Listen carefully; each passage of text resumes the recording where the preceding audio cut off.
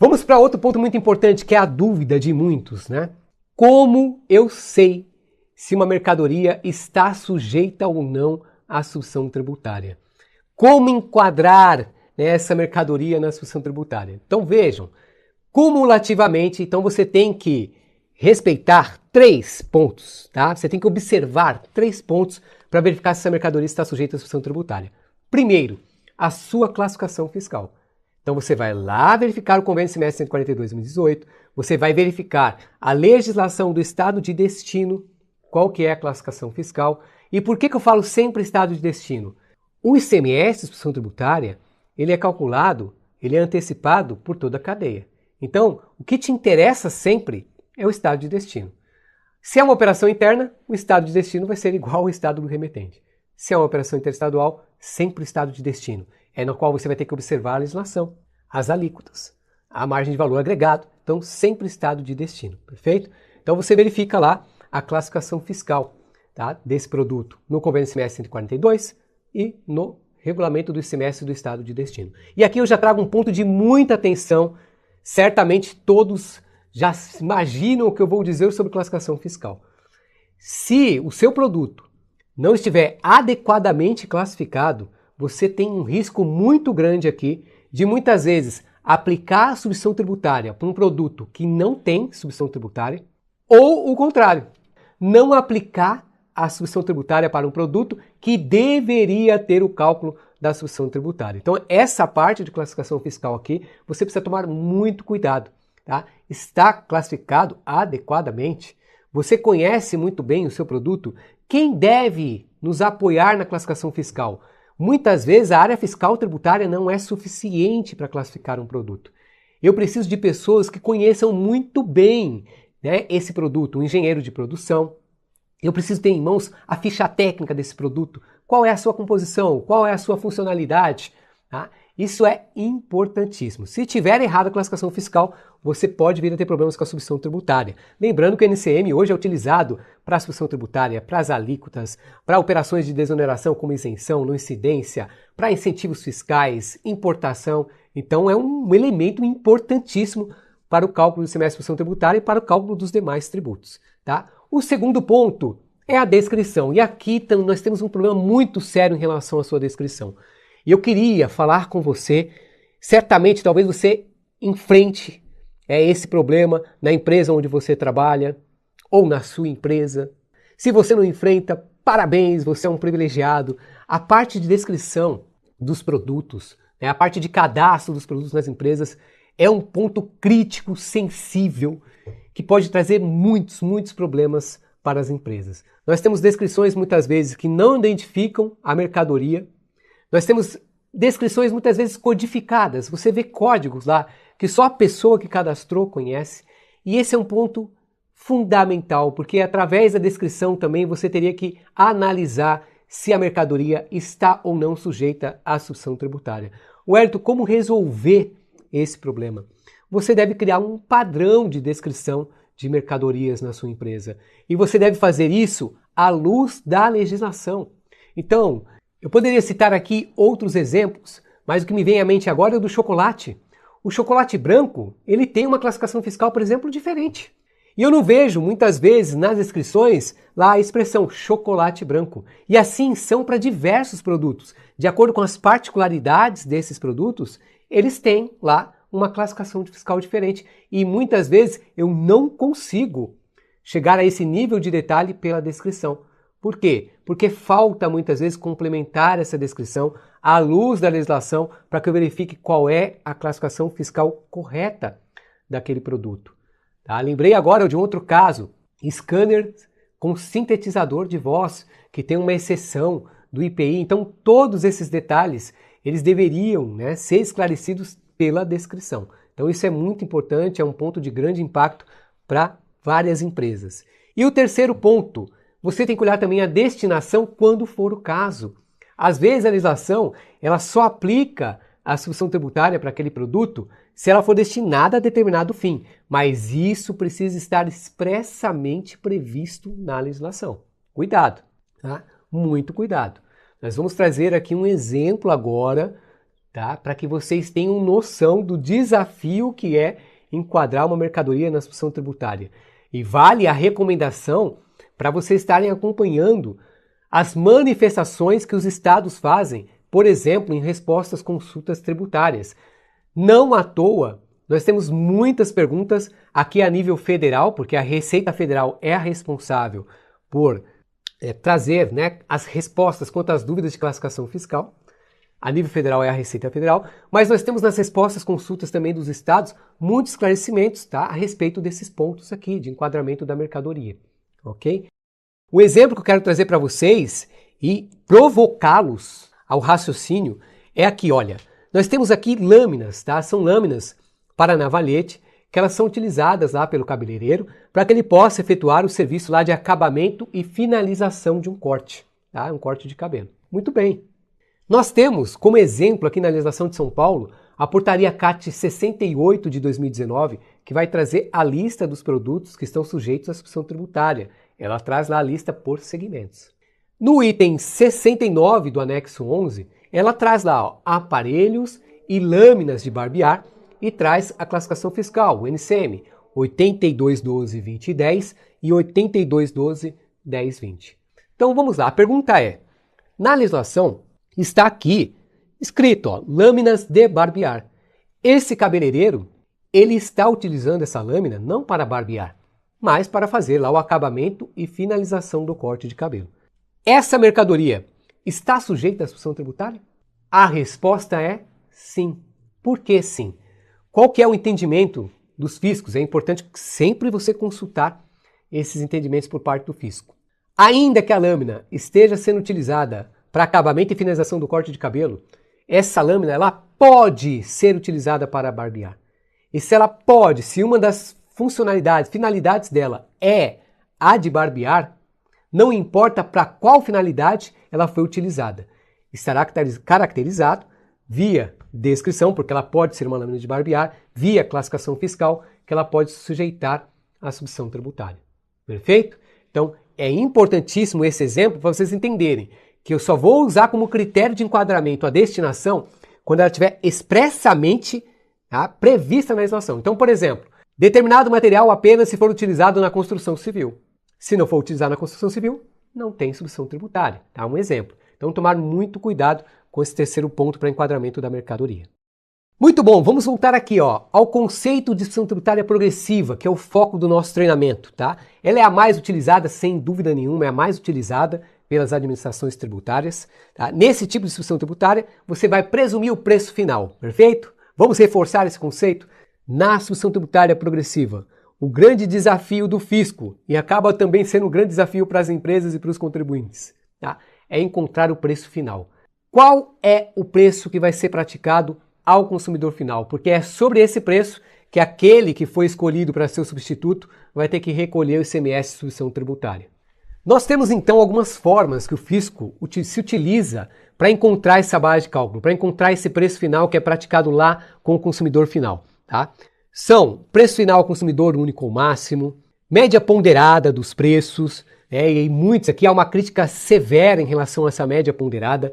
Eu lembro que uma vez eu estava participando de um evento e nós tínhamos lá representantes de produtos de higiene e de toucador e havia, né, uma reclamação justa, porque inclusive foi citado um exemplo de shampoos. Nós temos hoje no mercado uma série variada de shampoos e os preços, né, eu não sabia disso, né, mas ele comentou lá que os preços, a diferença de preços entre um shampoo e o outro, ela é exorbitante. Existem shampoos com preços aí muito elevados, né, e outros com preços muito baixos. Quando você faz uma média ponderada, por exemplo, para produtos desse setor, você acaba muitas vezes tributando esse ICMS de tributária de um produto que tem um preço pequeno por um preço muito superior. Né? Por quê? Porque é a média ponderada, a média, né, de todos esses produtos, de preços de todos esses produtos praticados. Então, foi uma crítica feita e esse tipo de cálculo aqui é muito criticado.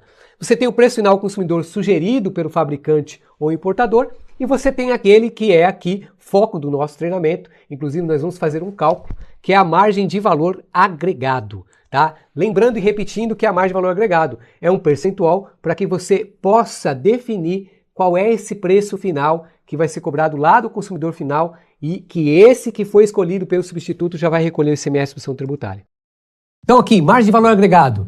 Como eu disse, vai resultar no preço da mercadoria cobrada ao consumidor final. E nós temos dois tipos de margem de valor agregada. Nós temos a original e nós temos a ajustada. Qual é a margem de valor original? É aquele percentual que vai ser aplicado apenas nas operações internas. Perfeito? Então, a margem de valor agregado original é o percentual aplicado nas operações internas. E a margem de valor agregado ajustada? Essa apenas vai ser utilizada nas operações interestaduais. Apenas nas operações interestaduais. A margem de valor agregado original, apenas fazendo aqui uma pequena correção, você vai aplicar nas operações internas e, dependendo do caso, você pode aplicar também nas operações interestaduais. E a margem de valor agregado ajustada? Somente nas operações interestaduais. E quando que ela vai ser utilizada?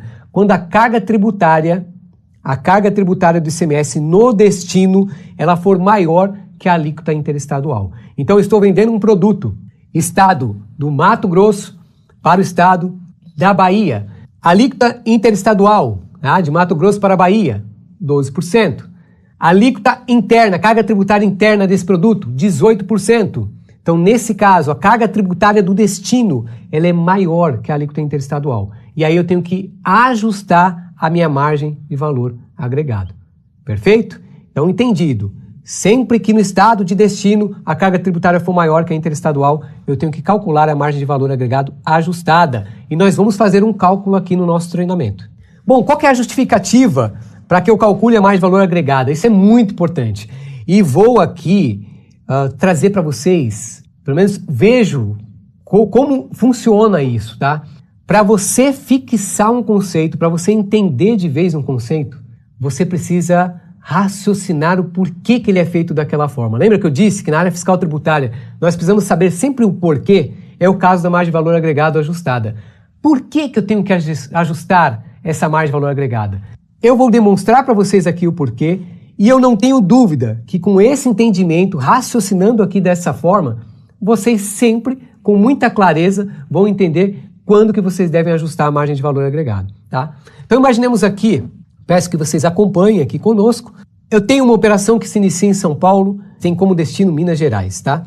Vamos falar do mesmo produto e vamos estabelecer que esse produto tenha o mesmo preço, seja no estado de São Paulo, seja no estado de Minas Gerais. Vamos primeiro fazer o cálculo do estado de Minas Gerais, sempre lembrando que o ICMS é um tributo que é incluído na sua própria base de cálculo. Então, quando eu tenho percentuais diferentes de ICMS, a depender de cada estado, eu já vou ter um preço diferente, porque o ICMS ele tem que estar embutido no preço. Nesse caso aqui, Minas Gerais, operação interna, o produto é R$1.000, a alíquota interna de Minas Gerais é 18%. Quando eu faço esse cálculo por dentro, eu chego a um preço com ICMS de R$ 1.219,51. Vamos para São Paulo agora, na operação interestadual. Quando eu vendo para Minas Gerais, a alíquota é de 12%. O valor do produto é R$1.000. Vamos então calcular por dentro esse ICMS de 12%. Quanto que fica o preço com ICMS? R$ 1.136,36. Então vejam, o mesmo produto, com o mesmo preço, a operação interna de Minas Gerais, operação interestadual de São Paulo, o valor final, o preço final, ele é diferente. Então vocês imaginem, se eu não tiver a margem de valor agregado ajustada, o adquirente jamais vai querer comprar do seu fornecedor que está em Minas Gerais. Ele sempre vai querer comprar do seu fornecedor que está em São Paulo. Por quê? Porque a alíquota interestadual ela é menor que a alíquota interna de Minas Gerais. Como o ICMS é embutido no preço, o preço final sempre será menor. Então, a margem de valor agregado ajustada, ela vai equalizar, ela vai resolver, tá, esse problema concorrencial. Tá? Por quê? Quando São Paulo vender para Minas, ele vai ter que ajustar a margem para que o preço dele seja o mesmo daquele fornecedor que está lá em Minas Gerais. E agora vamos para uma das partes mais divertidas do nosso treinamento. Vamos fazer cálculos, vamos entender um pouquinho de cálculo. Como calcular a margem de valor agregado ajustada. Tá? Então vou demonstrar aqui o cálculo para vocês, lembrando sempre que você, profissional da área fiscal tributária, que domina a instituição tributária, vai dominar a instituição tributária com muito empenho, com muita dedicação, fazendo cursos aqui pela Cefis, você tem que saber como calcular essa margem de valor agregado ajustada. Não fique dependendo de fórmulas de Excel, não fique dependendo de ferramentas. Entenda, até porque, uma vez que você sabe efetuar o cálculo, você vai fazer o papel de validador, né? De validador, que é tão importante hoje no mercado. Alguém que valide essas operações, que valide os parâmetros do sistema, as informações do sistema, os compiladores do sistema. Alguém que treine as máquinas para fazer esse tipo de cálculo, né? Então hoje nós temos o Machine Learning, que é justamente isso, o aprendizado da máquina. Então você vai aprender hoje a fazer o cálculo da MVA ajustada. Bom, estou aqui apresentando para vocês a fórmula. A fórmula vai assustar aqueles que não amam matemática, vão querer desistir num primeiro momento, não tem como escapar, mas eu estou aqui para auxiliá-los. Tá? A fórmula é essa esquisita aqui, né? MVA ajustada, e você tem 1 mais MVA ST original, vezes 1 menos alíquota interestadual, dividido por 1 menos alíquota interna. Menos 1 vezes 100, é tudo isso aqui. Bom, primeira coisa, pessoal, vamos recordar um pouquinho, vocês nem imaginavam que ao escolher esse curso de substituição tributária, nós teríamos que estudar um pouco de matemática, mas vamos estudar. Quais as dicas que eu dou aqui para você resolver essa equação? A gente vai fazer juntos. Primeiro, resolva os cálculos na seguinte ordem aqui que estão aparecendo. Ó. Primeiro os parênteses, depois os colchetes e depois as chaves. É uma resolução, aliás, a segunda regra, para resolver esse problema. Primeiro você tem que focar nas multiplicações ou divisões, depois nas adições ou subtrações. E detalhe, na ordem que aparecer. Então, quando eu falo que você tem que resolver primeiro as multiplicações ou divisões, se a divisão aparecer primeiro, resolva primeiro a divisão. Se a multiplicação aparecer primeiro, resolva primeiro a multiplicação. A mesma questão da adição ou subtração, ok? Daqui a pouco nós vamos fazer um cálculo. Tá? Muito bem, base de cálculo da substituição tributária, né? O que eu tenho que considerar na base de cálculo da substituição tributária? Primeira coisa, acompanhe comigo aqui, ó, preço praticado pelo sujeito passivo. Depois, é esse preço somado ao quê? Ao frete, ao carreto, ao seguro, aos impostos e outros encargos cobrados do adquirente. Então surgem muitas dúvidas aqui, por exemplo, quando eu sou uma indústria e eu tenho IPI, eu tenho cálculo do IPI sobre o meu produto. No cálculo da substituição tributária, eu tenho que considerar o IPI, tem que considerar o IPI no cálculo, na base de cálculo, da substituição tributária. Por quê? Porque está aqui, ó, isso aqui está na legislação, inclusive os impostos e qualquer outros encargos cobrados do adquirente. Tudo aquilo que você cobrar do seu adquirente vai entrar na base de cálculo da substituição tributária. No caso do IPI, nem precisaria ter impostos aqui, nem precisa se enquadrar dentro desse imposto. Por quê? O IPI influencia o valor total da nota, então você vai cobrar do adquirente também. Tá?